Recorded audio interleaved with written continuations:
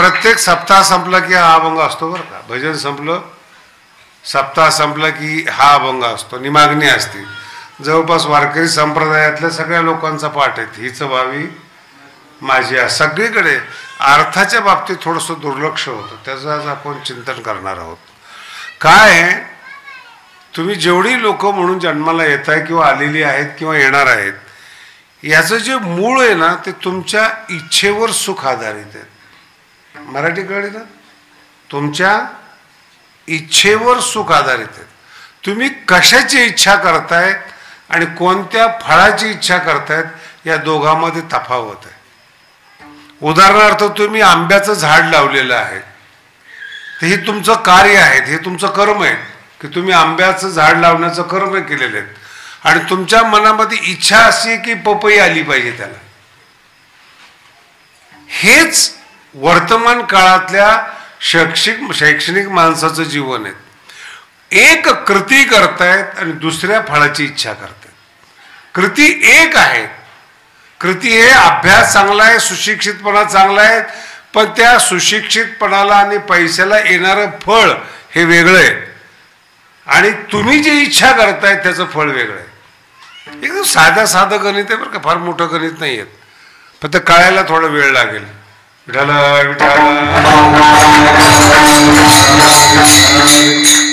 बाबळीचं झाड लावलेलं आहे तर आंब्याची वाट पाहतोय. शहाणपणा आहे का मूर्खपणा आहे? बोला ना, बोलत चला, टेन्शन नका घेऊ कीर्तनच. का की तुमचा मूर्खपणा मी तुम्हाला सांगतोय ना, लाजायचं काय. बाभळ लावलेली आहेत आणि आंब्याची वाट पाहतोय. आता याच्या पुढचा टप्पा पहा, तुम्हाला पैसे पाहिजेत, बरोबर आहे, इच्छा सुखाची करतायत. तुम्हाला कधीतरी कल्पना केली का धनाबरोबर सुख आहे असं कधी तुम्हाला सुखी माणूस सापडलाय का? याला म्हणतात प्रवाह. आई वडिलांनी शिकवलंय पैसा कमवला पाहिजेत, मित्रांनी शिकवलंय पैसा कमवला पाहिजे, पण पैशाच्या सानिध्यात सुख आहे का हे कोणी सांगितलं नाही तुम्हाला. याला गतानुगतिके लोक हा असं म्हणतात संस्कृतमध्ये. परंपरावादी लोक, परंपरावादी म्हणजे हे करत आलेलो आहेत. आपण हे पैसा का कमवायचा असं नाही, पण लग्न का करायचं याचंही निश्चित नाही, पण ही परंपरा आहेत. पैसे कमवले पाहिजेत, मुलं बाळा झाली पाहिजेत, सुख मिळेल का नाही याचा विचार नाही. सुखाचा विचार नाही कोठे, शब्द लक्षात ठेवा. सुखाचा विचार, सुख मिळणं फार लांबचा विषय बरं. मराठी अगदी बारकाईने ऐका, ग्रामीण भाग असला तरी ऐकायला तयार आहे तुम्ही. सुखाचा विचार नाही, सुख मिळणं, असणं, प्राप्त करणं, त्याचे साधना मार्ग हा फार लांबचा विषय. म्हणून काय होतं, तुम्ही ज्या रस्त्याने चाललेला आहात त्या रस्त्याला सुखाचा विचार नाही. मग पहिल्यांदा तुम्हाला विचार पर व्हावं लागतं. इथून वारकरी संप्रदायाला सुरुवात होते. विठाला क्षणोक्षणी विचार करावा असं तो कोपराय म्हणतो, क्षणोक्षणी. आणि याचा अर्थ तुम्ही अजून ग्रामीण भागातले, तुम्हाला अजून माहीत नाही, तुम्ही तुमची विचारशक्तीच वापरत नाहीत म्हणून तुम्हाला जागा करण्यात. विचारशक्तीचा अर्थ कळाला का तुम्हाला? कोणाच्या पाया पडत असताना का पाया पडायचं, कोण आहे तो? त्यांनी जे सांगितलेलं आहे ते सत्य आहे का याचा विचार करा. काही सांगतील लोक उद्या, सत्य कशावरून मानायचं? आपलं कपडे बदलले, वेषांतर केलं, महात्म्याचं रूप आणलं आणि त्यांनी सांगितलं की अमक्या अमक्या ठिकाणी अमकं होतं, संपलं विषय. अभ्यास करून पहा तुम्ही, ऐकायचं कोणाचं? बरं, ज्याचं ऐकायचंय त्याला त्याचा फायदा झाला का? काल माझ्याजवळ एक मनुष्य बसला होता आणि तो दुसऱ्या माणसाला सांगत होता वजन कसं कमी करायचं. आणि जो सांगत होता वजन कशी कमी करायचं त्याचं 110 किलो वजन, लक्षात आलं? आणि तो सांगतोय कुणाला? समोरच्याला वजन कसं. तुम्ही हे, हा दृष्टांत नाही, हे वास्तव आहेत. कोणाचं ऐकताय तुम्ही? अज्ञानी लोकांचं ऐकताय का? मूर्ख लोकांचं ऐकताय का? तुम्ही कोणाला श्रेष्ठ मानता याच्यावर तुमचं सुख आहे. विठाला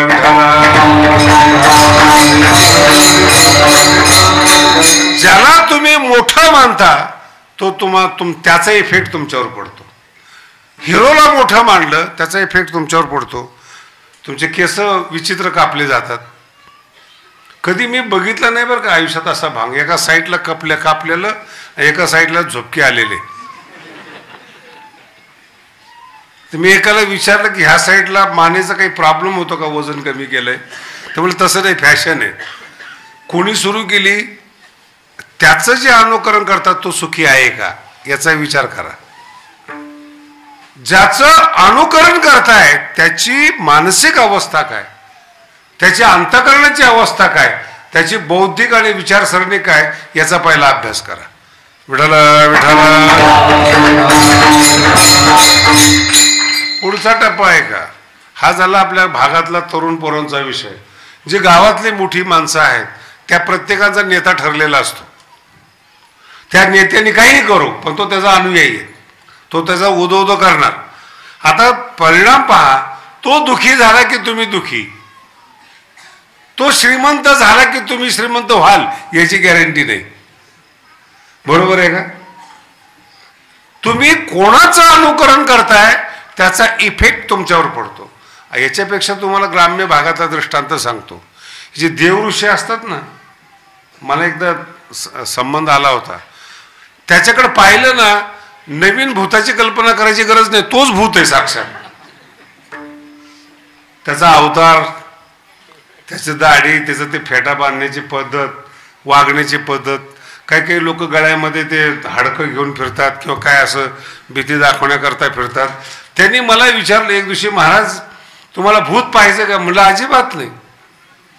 भूतानी कुठे विचारायचं असतं का भूत बघायचं का? तू असताना भूताची आवश्यकता काय? नाही महाराज माझ्याकडे रिद्धिसिद्धी, तुम्हाला काय पाहिजे ते देईल.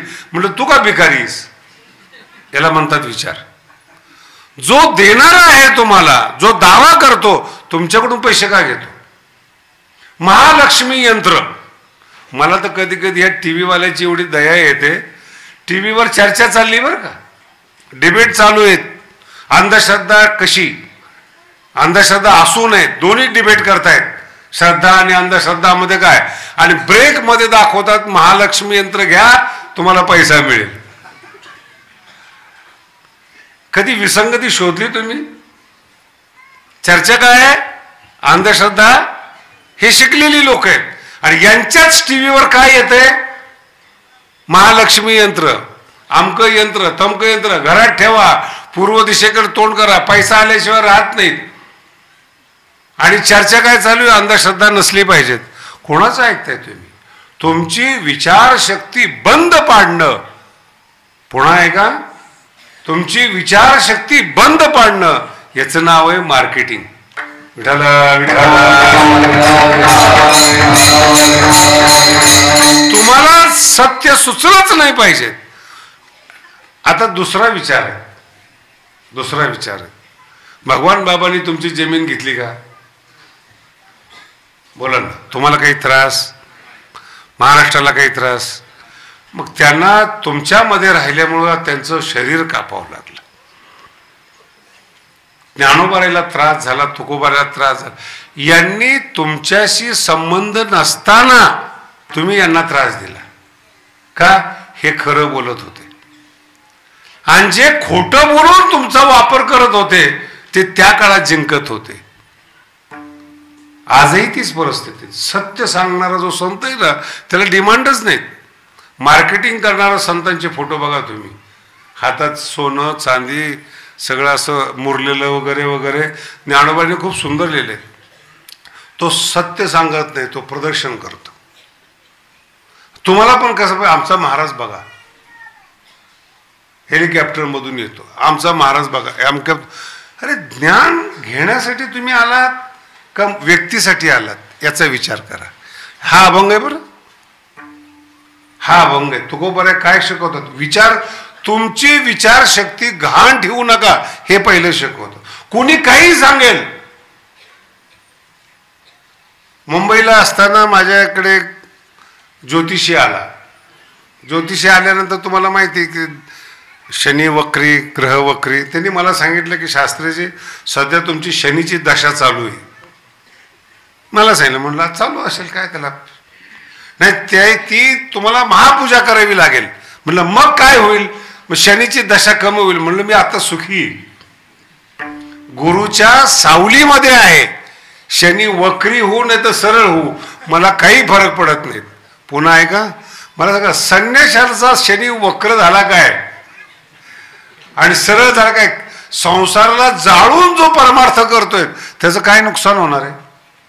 हे ग्रह तारे नक्षत्र लोक तुम्ही जे नुकसान करणार आहेत ते मुळातच संसार सोडलेला आहे.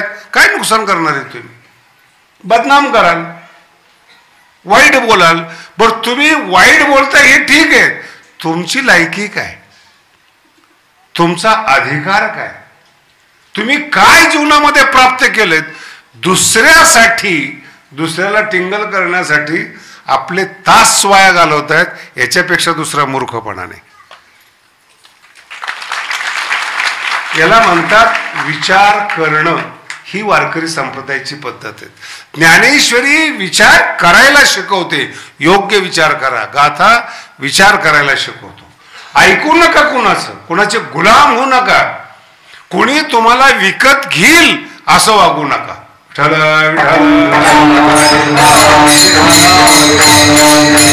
आणि हे तुम्हाला तुमची किंमत कळाली पाहिजे. म्हणून जगद्गुरु तुकोबाराय ज्ञानोबाराय आठवण करून देतात, तुम्ही महान आहात.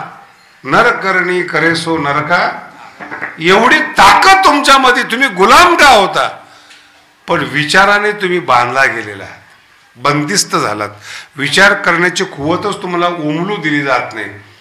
आणि त्याच्यासाठी हे परमार्थ आहेत. नाही तर वेगळा परमार्थ करण्याची गरज नाही तुम्हाला. जगद्गुरु तुकोबाराय म्हणतात संगतीमुळे वाईट परिणाम होतो. आईबाप शिकवतात पैसा कमवा, सुख कमवा असं नाही शिकवत. पैसा कमवल्यानंतर लग्न करा पण सुख कमवा असं नाही शिकवत. लग्नात सुख असले तर जळीत प्रकरण झाले असते का? आत्महत्या, पोलीस केस 492 वगैरे काय 98 आहे बरं, मलाही माहीत नाही ते. पुन्हा म्हणताल बा शास्त्री चुकले, चुकणारच त्याच्यामध्ये. ह्याच्यात चुकलो म्हणून तर इकडं बरोबर येतोय का? जर लग्नामध्ये सुख आहे तर मग लग्न झालेले का दुखी? जे सांगणार आहे ते का दुखीत? अनुकरण कोणाचं करायचं हे फार महत्वाचा शब्द आहे. सकाळी 40 गावकडे कीर्तन होतं, त्यातला हा विषय थोडासा. याल तरी या रे लागे अवघे माझ्या मागे मागे. अनुकरण करायचंय ना, कोणाचं करायचंय? साधू संत ज्यांच्याकडे पाहिल्यानंतर समाधानी होतात ना त्यांचं अनुकरण करा. साधी गोष्ट आहे, एकदम सरळ आहे. आणि त्याच्यापेक्षा भारताची जी तरुण पिढी आहे ना इतकी व्हायला चालली, बघू वाटत नाही. तो बघू वाटत नाहीत महाराज. नोकरी लागलेली काय आणि न लागलेली काय दोन्ही व्हायला चाललेली. ज्यांना IT मध्ये नोकरी लागलेली आहेत त्यांचं आयुष्य बघा तुम्ही. त्यांना रोज पगार मिळतो पण तो पगार मिळालेला आनंदात खर्च करत नाही, शरीर खराब करण्यामध्ये खर्च करतात. व्यसन आहेत, झोप नाहीत, जेवण बरोबर नाहीत, व्यायाम नाहीत आणि पैसे येताना दिसत आहेत आणि तब्येत खराब होत चाललेली आहे. 35व्या वर्षी 40व्या वर्षी 60 वर्षाची माणसं दिसतात. काय आग लावायची त्या शिक्षणाला? ज्या वेळेस चमकायला पाहिजे त्या टायमाला चमक गेलेली असते. वापर केलेत लोकांनी, तारुण्य काढून घेतलंय आणि तुम्हाला इतक्या सुविधा दिलेल्या आहेत. एक बाई होती आमच्याकडे आलेली, लग्न होत नव्हतं तिचं. 100 किलो वजन, किती पगार? 6 लाख रुपये महिना. आणि ही 20 वर्षापूर्वीची गोष्ट आहे. 20 वर्षापूर्वीचे किती आहेत? 6 लाख. मग मी त्या पोरीला म्हटलं बसू दे, थोडा वेळ बोलू दे. तिला वय काय म्हटलं? म्हणे 22 आहे. असं ठीक आहे.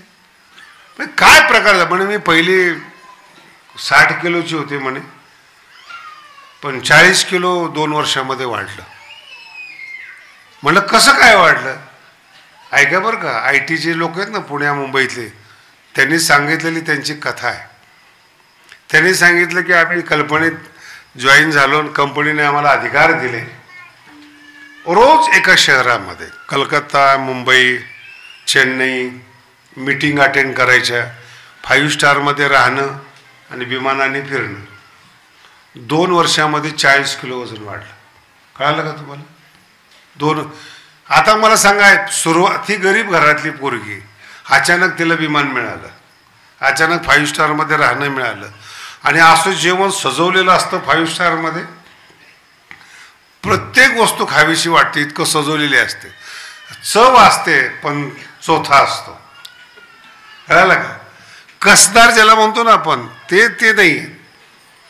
मग आता ते खाल्लं, तुम्ही मीटिंग अटेंड करताय, व्यायामाचं नावच नाही ना. मला एक सांगा, 2 वर्षामध्ये तुमचं वजन वाढलं, मुलं एवढा पगार असताना मुलं तुम्हाला नाकारतायत, कुणी तब्येत खराब केली? बोला ना. पैशाच्या मागे गेल्यामुळं शरीराची संपत्ती गेली. एक संपत्ती कमवण्याकरता दुसरी संपत्ती खलास केली. विठाला विठाला. ही परमार्थाची मुळे बरं का. तिने इच्छा केली मॅनेजर व्हावं, तिला सगळं मिळालं, पण दुःख बरोबर आलं. चूक कुठं झाली? इच्छेमध्ये चूक झाली. आणि आता तर मी तर सकाळी बातमी ऐकली महाराज, कधी कधी मला कौतुक वाटतं. ही लाडकी बहीणची योजना आहे ना, पुरुषांनी 1,500 करता बाई व्हावं. बोला ना, ऐकली तुम्ही आजचीच बातमी? पुरुषांनी 1,500 करता काय झालं? त्या ह्यांना कुठं देव भेटणार आहे का? यांना कुठं आनंद भेटणार आहे? अहो, देशाला किती लुटताय तुम्ही. रस्ताही खाल्ला जातोय, देशही खाल्ला जातोय, कर्जही वाढलं जात आहे, तुम्ही स्वतः देशावर प्रेम करत नाहीत. माझा मुद्दा आहे का खराब होतो? प्रत्येक व्यक्तीला ओढावंच वाटतं. ते कुठलीही योजना असो, कोणी काही असो, ही वासना चुकीची, ही इच्छा चुकीची. तुम्ही सुखी नाही म्हणून तुमच्या सहवासात राहणारी लोक दुखी आहेत. विठाला विठाला. फार फार अभंग सुंदर आहे एकदम. आणि तुम्ही जर ठरवलं, बघा पुढचा टप्पा अभंगाचा, तुम्ही जर ठरवलं, इच्छा बदलावी, बदलली जात नाही. माझ्या समोर तरुण वर्ग बसलेला आहे. उद्या वाटलं की त्यांना नोकरी नाही लागत, जरा भगवानगडावर जाऊन आपण आध्यात्मिक शिक्षण घेऊ, नाही इच्छा होत. उलट म्हणतील, बाबा तुम्हाला काही कमी असले तर आम्हाला सांगा. ज्यांना नोकरी नाही ते पण म्हणतात, काय कमी असलं तर आम्हाला सांगा, पण आम्हाला बदलायला सांगू नका. नाही, नका बदलू, पण सुख मिळणार नाही, आनंद मिळ. मग तरुण पोरं आनंदी का असतात? याचं मूळ कारण फार सुंदर आहे. तारुण्यच आनंद देणार आहे. तारुण्यासाठी आनंदाची गरजच नाही. जोपर्यंत तरुणपणा आहे तेच आनंद आहे. लक्षात आलं का? तारुण्य अवस्थाच आनंदी आहेत. बघा तुम्ही, पाऊस पडला की पोरं कपडे काढून निघतात. म्हातारं बघा कुठं पडलेले, आणि ते म्हाताऱ्या बाया सांगतात, नको जाऊ, पडसं होईल, होऊ दे. तारुण्य बोलते. काम करायचं असलं, भांडणं करायचे असले, जीवावर उदार असतात, त्याला तारुण्याचा मद मानतात.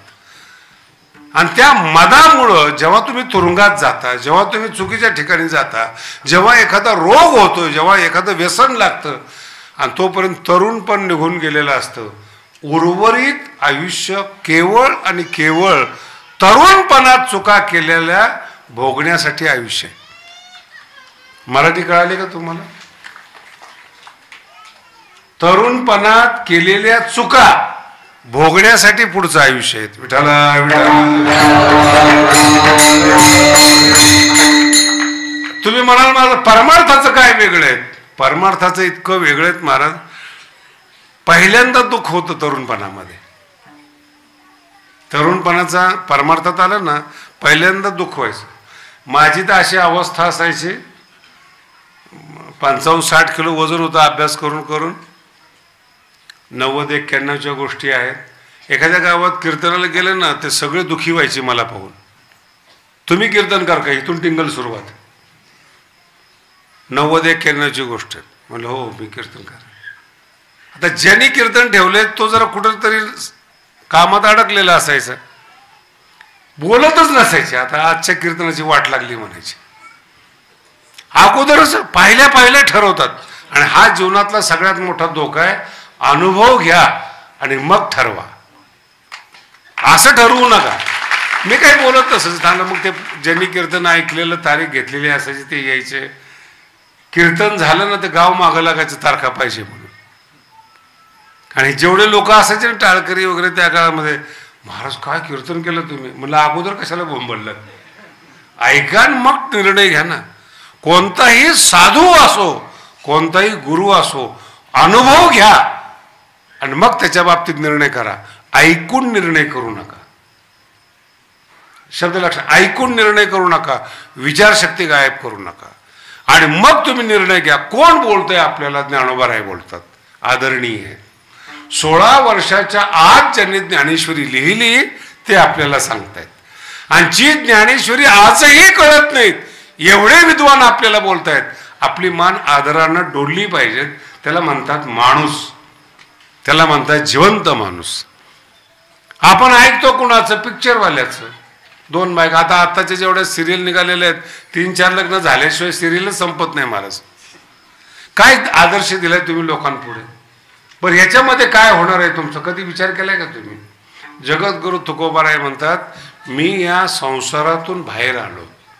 बघा, या संसारातून बाहेर आलो. आता मला बदलायचंय. पण मी बदलत असताना पहिल्यांदा काय बदललं पाहिजे?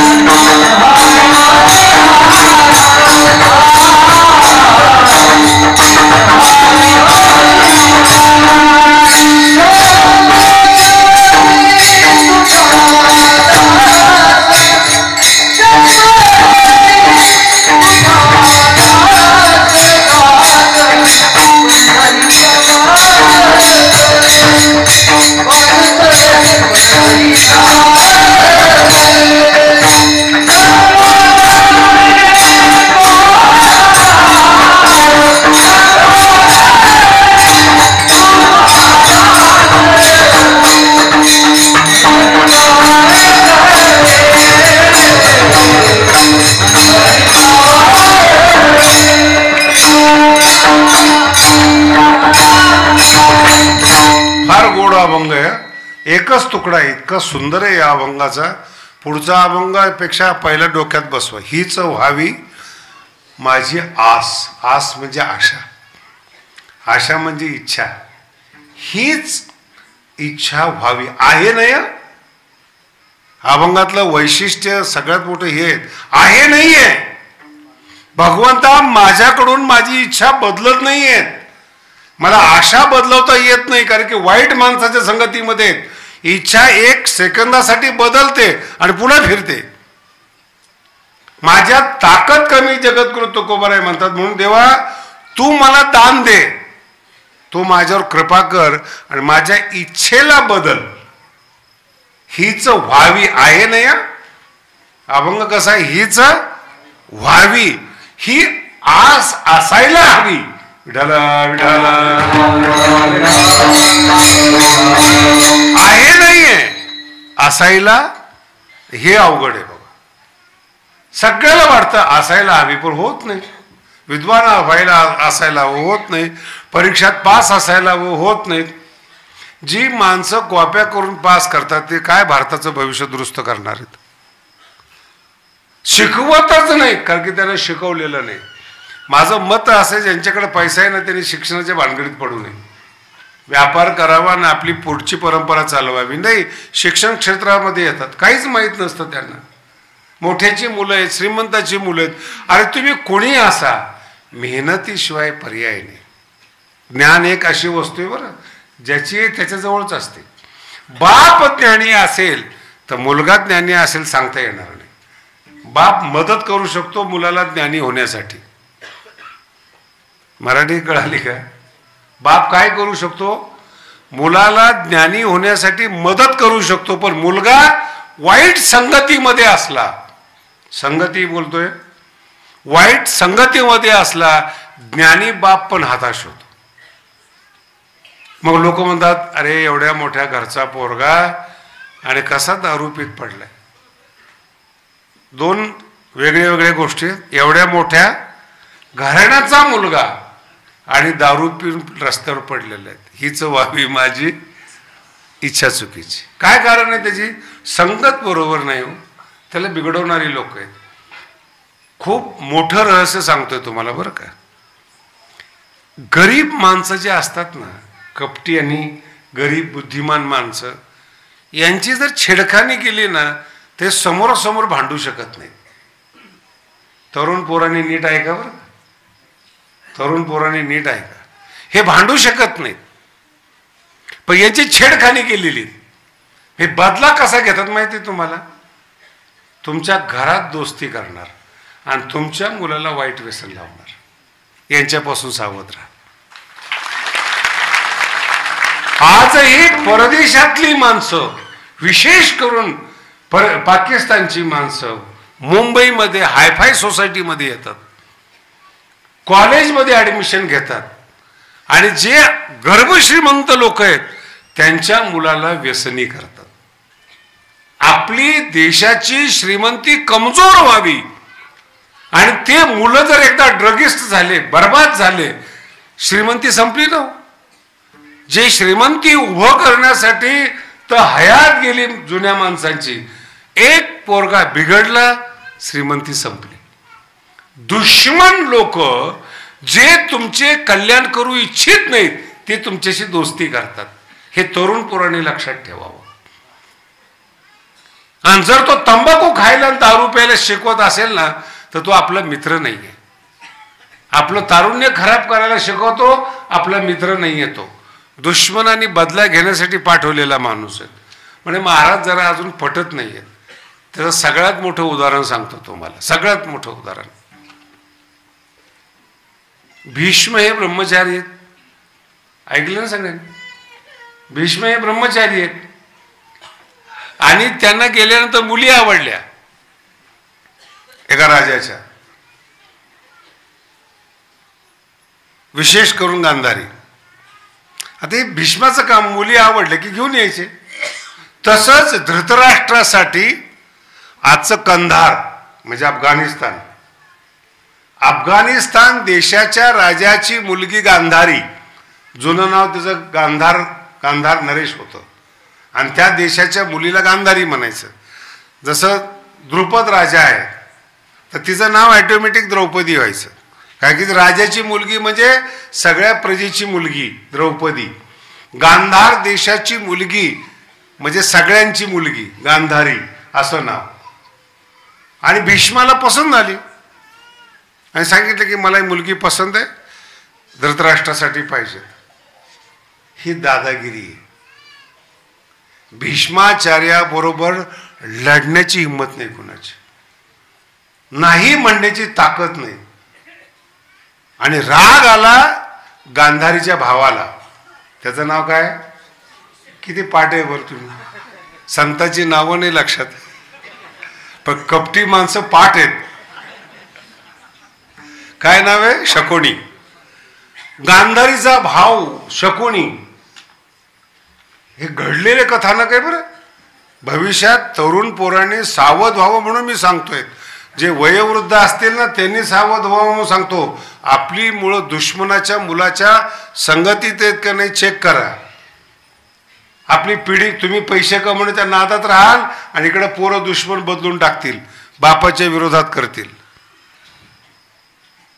आणि मग बदला घेता येत नाही, बोलता येत नाही.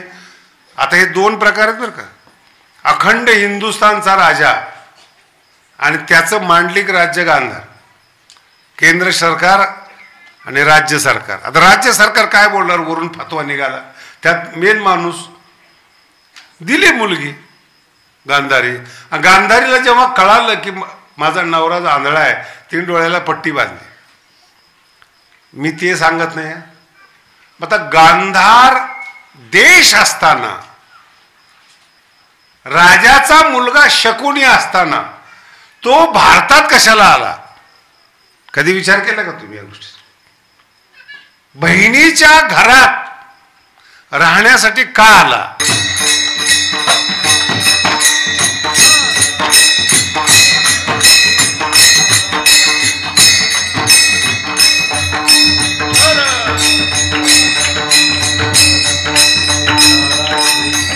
फार सुंदर विषय आहे, अगदी गंभीरतेनं ऐका. गांधारीचा भाऊ आहे, गांधारी राजाची मुलगी आहेत आणि तिचा सक्का भाऊ आहेत. वारस कोण आहे त्या राज्याला? शकुनी वारस आहेत. सोडून दिलं राज्य आणि भीष्माचा बदला घ्यायचा म्हणून तो बहिणीच्या घरात राहायला आला. आणि जशी मुलं जन्माला आली दुर्योधनाच्या मनात विष पेरायला सुरुवात केली. यांच्यात भांडणं लागली पाहिजे. एक माणूस, काय नाव आहे त्याचं, एक माणूस संपूर्ण भारताला युद्धाच्या खाईमध्ये ढकलणारा शकुनी, संपूर्ण भारताला. आणि महाभारताचं युद्ध झाल्यानंतर नीट ऐका, भारताचं नुकसान किती झालेत. फक्त 20 माणसं जिवंत होते. पूर्ण भारत केवढा आहे, अफगाणिस्तान पासून म्यानमार पर्यंत, आणि सगळ्या देशामध्ये 20-25 माणसं जिवंत आहेत आणि ते पण म्हातारी माणसं आहेत. नीट ऐका. मग जन्माला येणाऱ्या मुलांना संस्कार देणार कोण? तिथं भारतीय संस्कृती संपली. 2500 वर्ष भारताला इतिहास नव्हता. 2500 वर्षानंतर मग बुद्ध जन्माला आले, महावीर जन्माला आले आणि नव्याने भारत सुरू झाला. विठ्ठल विठ्ठल, नव्याने भारत सुरू झाला 2500 वर्षापासून. आणि अगोदरचे 2500 वर्ष गेले आणि 5000 वर्ष युद्धाला झाले.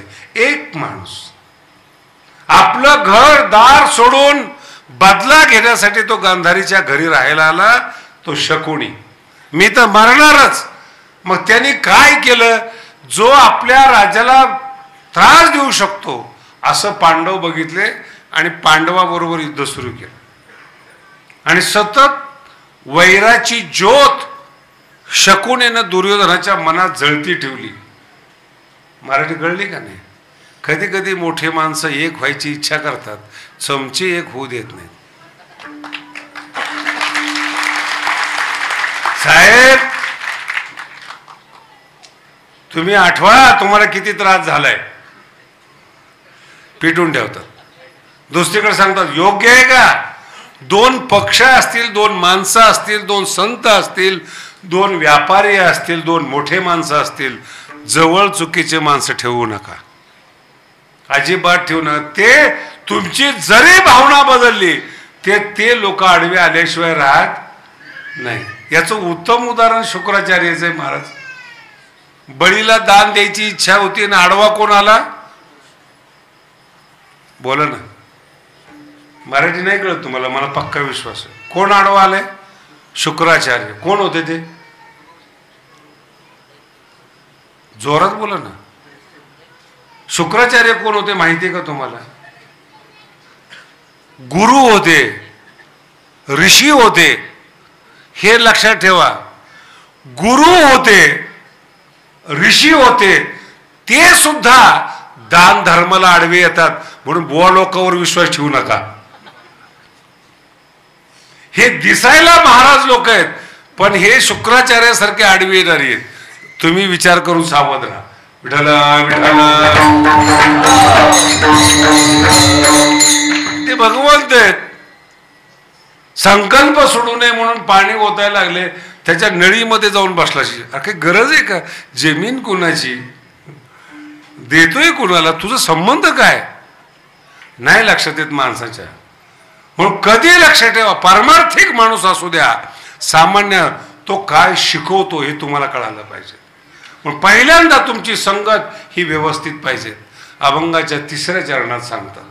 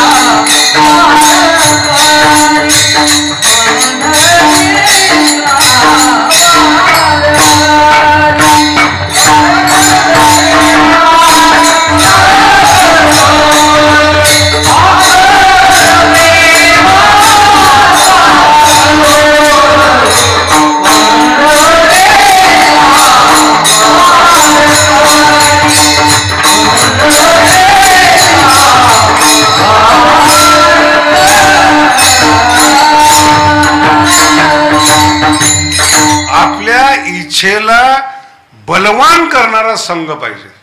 पैलवान व्हायचे मग 4 मित्रांना पैलवानकीची आवड पाहिजे. अरे वा चांगले, आपण 4 मिळून व्यायाम करू. याला म्हणतात संत संघ, एका विचाराची संगती. आपण 4 जण एकत्रित आलो होतो, आपल्याला UPSC क्रॅक करायचे. ग्रुप संत संघ. संत संघाचा अर्थ असा नाही की माळ घालून फिरणं असं नाही. तुमच्या विचाराचा ग्रुप तयार करा जी तुमची इच्छेला बळकट करेल. हा फार महत्वाचा व्यापार करायचा आहे. 4 माणसांनी एकत्र आलं पाहिजे. चला आम्ही तुला मदत करतो, सगळे मिळून व्यापार करू. अशी भारताची परिस्थिती नाही आहे, पण अभंगाचा अर्थ सांगतोय मी. तुम्ही ठरवा. मी ते मंदिर बांधायचं ठरवलं माऊलीचं, आणि खूप सोपं गणित आहे बरं का. आता 9x9चा दगड असतो, मग 3x3 जर बांधायचं असेल तर 27 दगडं लागतात. आणि त्याचा अर्थ असा होतो की 27 ठिकाणी जॉईंट येतो. जुने जे तुमचे वाडे आहेत ना त्याचे दगड चांगले आहेत, पण त्याचे बीच मधलं जे मटेरियल असतं ना, बाइंडिंग मटेरियल म्हणतात त्याला, ते निखळल्यामुळं, ते माती गेल्यामुळं दगड पडतात. नाही तर दगडांना लाख वर्ष सुद्धा काही होऊ शकत नाही, दगड येते. मग वाडा का पडतो? कारण की ते मधलं जे धरून ठेवणारं मटेरियल आहे, बाइंडिंग मटेरियल निघून जातं. मग जितकं मोठा दगड असेल, बाइंडिंग मटेरियल तितकं कमी लागतं, आयुष्य तेवढं वाढतं. पंढरपूरचं जे मंदिर आहे त्याला 1200 वर्ष झालेत. 1200 किंवा 1300, किती, 11व्या शताब्दीतलं मंदिर आहे. 1300 वर्ष झाले, अजून काही झाले का? त्याच्यापेक्षा डबल भगवानगडाचा दगड आहेत, किती वर्ष टिकेल? कधी कल्पना करून पहा. पण माझा मुद्दा समजून घ्या. मग मी चर्चा केली की बाई 27 दगडं बसवण्यापेक्षा 1 दगड बसवू. आमचे आर्किटेक्ट म्हणले लय भारी, अतिशय सुंदर महाराज. जितका जॉईंट कमी तितकं मंदिराचं आयुष्य मोठं. आमचं ठरलं 1च दगड बसवायचा 3x3चा. ना आलो आम्ही. भगवानगडावर चर्चा झाली आमच्या महाराज लोकात असं ठरलं 3x3चा. जेवढे माझ्या जवळचे होते ना, आणणार कुठून? अरे तुला काय टेन्शन आहे का? मन तर मी येणार, तू नसताना मन तर का समजतो? आणि हे असे पाळू नये जवळ बरं का. टेन्शन कुठून आणणार दगड? अरे बघू ना. म्हटलं बघू, पण कसं आहे, शब्द देताना विचार करा. म्हणलं तू गप ना. भगवंताने पृथ्वी निर्माण केली, ज्ञानोबारायचं मंदिर बांधतोय आपण, माऊली सोय करतील ना. नाही तरी पण व्यवहार कळला पाहिजे ना. म्हणजे मला सांगतात, आणि जवळ कोणाचे आहे? आमच्याच तुकड्यावर जगायचं आणि आम्हाला शहाणपणा शिकवायचं. ही जात आपल्याजवळ नकोय, हे लक्षात ठेवा. दुसरे आले, त्याला सहन झालं नाही, त्यांनी दुसऱ्याला सांगितलं, तिसऱ्याला सांगितलं. 4 जण एकत्र आल्या. महाराज तुमचा निर्णय बरोबर नाही. 4 जण मिळून पहिल्यांदा एकाने सांगितलं, नंतर पुन्हा 4. काय महाराज, हे काही पद्धत आहे का? 4 जणांनी तेच. मी म्हणलं नाही, मी माझं बघून घेईल. पुन्हा ते एका गावात गेले, त्यांनी सांगितलं महाराजांचं फार चुकतंय, त्यांनी फार चुकीचा निर्णय घेतलाय. पुन्हा 100 माणसं आले. माझी मराठी कळल्यावर काय राहिले महाराज? पुन्हा किती आले?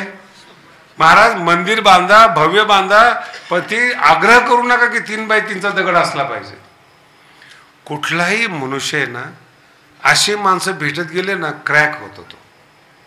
हे तुमचं जीवन आहे. एक माणूस भेटतो, हे चुकीचं करतोयस. दुसरा भेटतो, 4 भेटतात, 5 भेटतात. तुमचा जो दृढनिश्चय असतो ना, तो खुंटा हलवतात ती लोक. हे तुझी काही ताकद आहे रे? पहिल्यांदा एखाद्याला MPSC करायची, UPSC करायची. आपण गडावर MPSC चालू केली, 3 वर्षात 19 मुलं लागलीत. बसलेला डिवाइस मी बरं का. नाही तर उगा त्याच्याकडे पाहून तुम्हाला काहीतरी टेन्शन यायचं. गडावरच आहेत डिवाइस. 19 विद्यार्थी लागलेले आहेत. सुरुवातीला सांगणारी लोक टेन्शन मध्ये. तसं तुम्ही तुमच्या जीवनात अभ्यास करा. तुम्हाला जे व्हायचं आहे ना ते पक्क करा.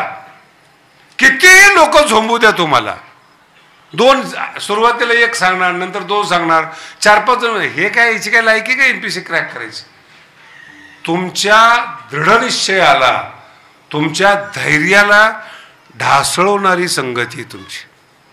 राहू नका त्या संगतीमध्ये. म्हणून संत संगे तुमच्या इच्छेला मजबूत करणाऱ्या संगतीमध्ये राहा. तुमची जी झालेली इच्छा आहे तिला जोपासणारी माणसं पाहिजेत. त्याला बायको म्हणतात बरं. नवरा काम करतोय ना, मुलगा काम करतोय ना, आई आणि मुली पत्नी सपोर्ट करतात. मग कधी कोणत्याही मोठ्या माणसाची मुलाखत आहे का? कोणत्याही त्याचं पहिलं वाक्य आहे घरातून सपोर्ट होता. नवीन प्रयोग आहे, नवीन प्रयोग करतोय, पण मला घरातून सपोर्ट होता. घरातून विरोध झाला तर तो का माणूस खचला जातो. तो पहिला टप्पा. इथून पुढे तरुण पोरांनी लक्षात ठेवा, धैर्य गाळणाऱ्या माणसाच्या सोबत नका राहू. तुम्ही आता आपली ज्ञानेश्वरी आली बरं का, काल 4था अध्याय आलाय. मोबाईलमध्ये ज्ञानेश्वरी वाचा. मी रोज 4 तास ज्ञानेश्वरी लिहितोय. मोबाईलमध्ये ज्ञानेश्वरी. 2ऱ्या अध्यायामध्ये कृष्णाचे शब्द आहेत. अर्जुन जेव्हा घाबरला ना युद्धाला, तो म्हणला मला युद्ध करायचं नाही. भगवंताचे पहिले वाक्य 2ऱ्या अध्यायातल्या घरी गेल्यानंतर ओव्या वाचा, आणि त्यातलीच एक ओवी बाबासाहेब आंबेडकरांनी आपल्या पहिल्या मुखपृष्ठावर लिहिलेली. त्याचं नाव ज्ञानेश्वर महाराज आहे.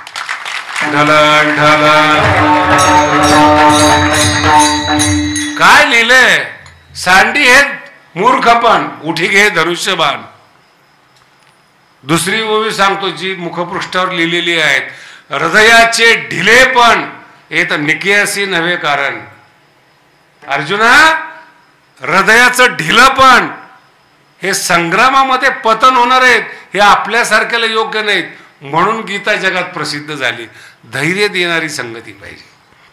आपल्या इच्छेला जोपासणारी संगती पाहिजेत. आपल्याला मोठं करणारा सपोर्ट पाहिजेत. नाही झालं ना मोड लगेच खच. शकुनी जीवनात नसावे. महाभारत घडल्याशिवाय राहत नाही. ते त्याचं राज्य सोडून दिलं त्यांनी आणि इथं कुरापती करत बसला. अशी माणसं घरात ठेवू नका. तुम्हाला दया येते, गरिबाचं पोरग आहेत, पण पार काडी लावून घर खराब करतं. नका करू असं. म्हणून एक पहिली गोष्ट, आपल्याला प्रोत्साहन देणारी कंपनी पाहिजे. दुसरी, जी मनात इच्छा आली तिला मजबूत करणारी पाहिजेत. आता तुकोबाराला गावातून काढून दिलेले, सगळ्या लोकांनी विरोध केलेला आहे. आता त्यांना कोण साथ देणार आहेत? मग भगवंताला ते प्रार्थना करतात, देवा हीच व्हावी माझी. मला माणसं साथ देत नाहीत, लोक साथ देत नाहीत. लोकांनी त्रास देऊन गावाच्या बाहेर काढलेत, पण माझी इच्छा बदलली. म्हणून देवा माझ्या इच्छेला संसाराच्या इच्छेत बदलू नकोस. हीच शब्द फार महत्वाचा, सकारात्मक आहे. दुसरं नको. हीच व्हावी आहे नाही, व्हावी माझी आस. माझी इच्छा काय हीच झाली पाहिजे. तुझ्या चरणाजवळ मी राहिलो पाहिजे. विठ्ठल विठ्ठल.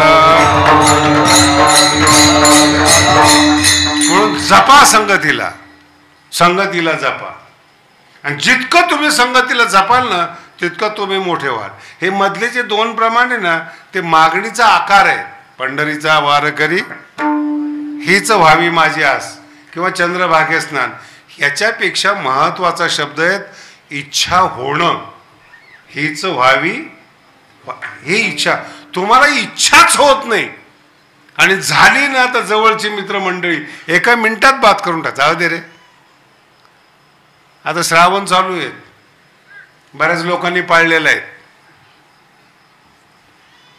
पण 2-4 मित्र भेटतात, जाऊ दे रे काय अंधश्रद्धा आहे. नाही नाही, घरी सांगितलं, घरच्याला काय माहिती होते. चल, आपल्या इच्छेला ढासळणारी लोक आहेत, बर्बाद करणारी लोक आहेत. म्हणून संत संगतीमध्ये राहा.